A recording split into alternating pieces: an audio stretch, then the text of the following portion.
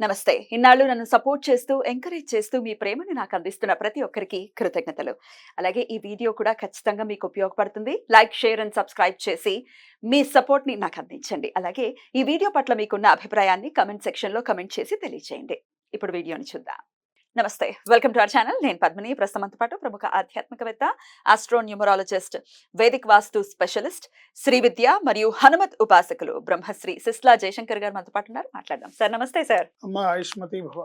Sir నక్షత్రాల గురించి చెప్తూ ఉన్నారు. కృత్తికా నక్షత్రం ఎలా ఉంటారు సార్ ఈ జాతకులు? ఎవరి ఆరాధన విశేషంగా చేసుకోవాలి అనేది ఒకసారి మీ ద్వారా. కృత్తికా నక్షత్ర జాతకులు రవి అధిపతి. వీళ్ళు సుబ్రహ్మణ్యేశ్వర స్వామి ఆరాధన విశేషంగా చేసుకుంటే వీళ్ళకి జీవితంలో సక్సెస్ ఉంటుంది. జనరల్గా వీళ్ళ గుణగణాలు ఎలా ఉంటాయంటే, విషయములు క్రమంగా గ్రహింపగలరు. అంటే 1 by 1 అన్ని అర్థం చేసుకుంటారు. భ్రాంతి నొందరు, శారీరక బలం గలవారు, చపలురు, తేజస్సు గలవారు, సత్యపరులు, బహుగృహములుండును, బహుప్రలాపములాడుదురు, అప్పు తీసుకున్న వారి దగ్గర త్వరగా బాకీ తెచ్చుకోలేరా డబ్బులు? ఇది కామన్గా ఉండే కృత్తికా నక్షత్రం లక్షణాలు. ఇకపోతే 1వ పాదం వాళ్ళ లక్షణాలు డిఫరెంట్గా ఏమి ఇచ్చారంటే, మతాభిమానులు, విద్యావంతులు, పశు సంరక్షకులు, అనారోగ్యత అంటే ఆరోగ్యం, ఒరిజినాలిటీ ఉండదు, లేని సామర్థ్యాన్ని ఆపాదించుకోవడం, ఒరిజినాలిటీకి భిన్నంగా ఉండాలి అని అనుకోవడం, చివరి క్షణంలో ఓపిక నశించి కార్యమును చెడగొట్టగలరు, ప్రయత్నపూర్వక నిరీక్షణానంతర ఫలితాలు సిద్ధిస్తాయి వీళ్ళకి.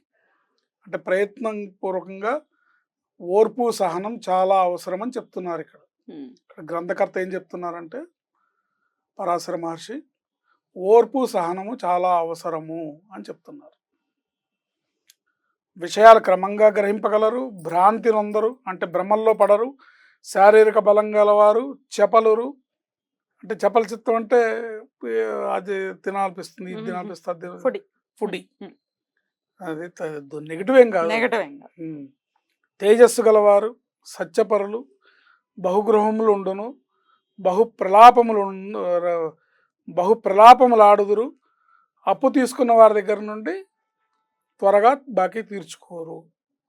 వీళ్ళు తలుచుకుంటే అయిపోతుంది, కానీ తీర్చుకోరు.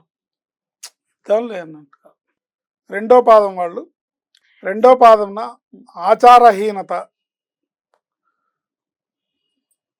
కోపము, వేదములపై విశ్వాసరాహిత్యము, స్వార్థము, జాలికాని జాలిని స్వార్థం అతిక్రమిస్తుంది.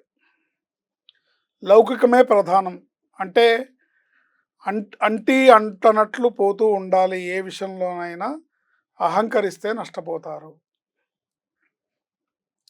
ఆచారహీనత, కోపము, వేదాలపై విశ్వాసరాహిత్యము, స్వార్థము, జాలిగాని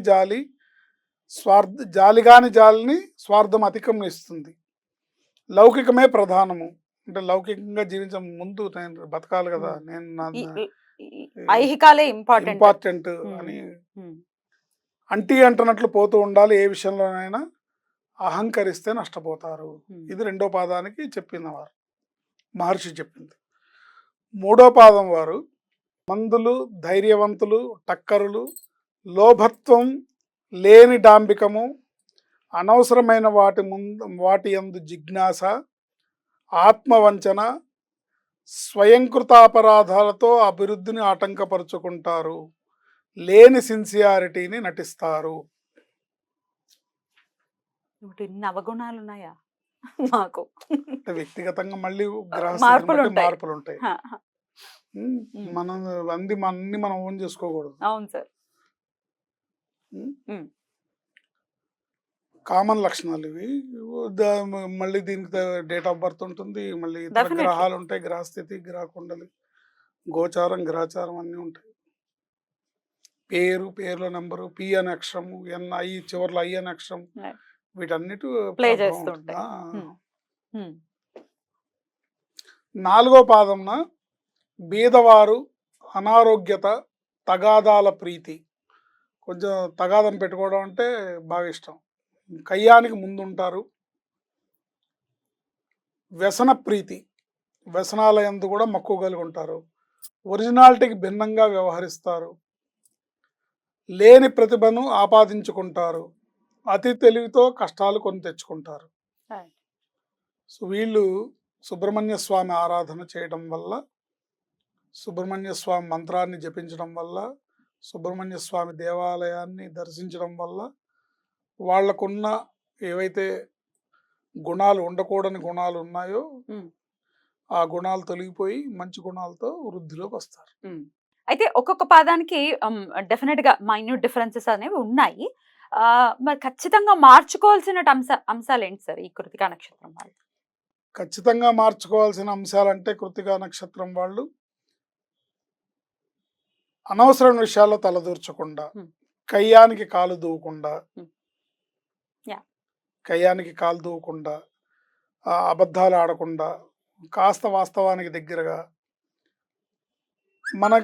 మనకి ఎంతవరకు కావాలి, ఏం చేయాలనే దాని మీద దృష్టి పెట్టి, దైవం మీద నమ్మకంతో, అంటే ఇక్కడ వీళ్ళకి వేదాల యందు కూడా విశ్వాసం తక్కువగా ఉంటుందని చెప్తున్నారు కాబట్టి కాస్త ధర్మం మీద, దైవం మీద ఆసక్తిని పెంచుకొని, దైవాన్ని ఆలంబనగా చేసుకొని, కాస్త మంగళవారం నాడు వీళ్ళు విశేషంగా సుబ్రహ్మణ్య స్వామిని దర్శించుకోవడం, సుబ్రహ్మణ్య స్వామికి సంబంధించిన పూజ చేసుకోవడం. ఇప్పుడు అందున ఇవాళ ఈరోజు షష్ఠి వాళ్ళు. స్కంద పంచమి, ఇవాళ ఈరోజు స్కంద పంచమి, గురు పంచమి, Hmm.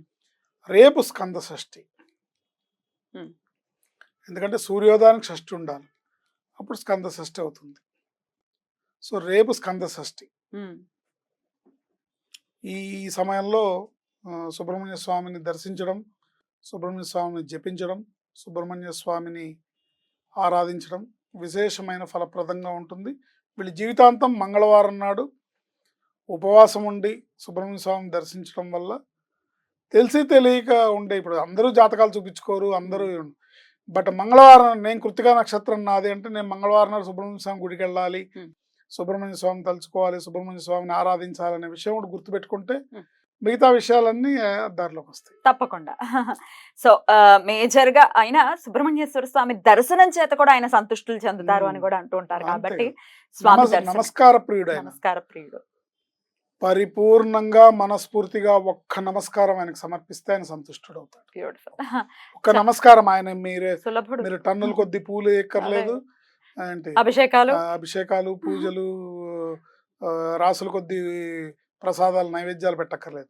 ఒక్క మనస్ఫూర్తిగా పెట్టే నమస్కారం ఆయన అనుగ్రహం లభిస్తుంది. అద్భుతం, అద్భుతం. చాలా బ్యూటిఫుల్ గా ఎక్స్ప్లెయిన్ చేశారు సార్. ఇక నెక్స్ట్ ఎపిసోడ్ లో రోహిణి నక్షత్రం గురించి మాట్లాడుకుందాం. Thank you sir. నమస్తే. ఐష్మతి.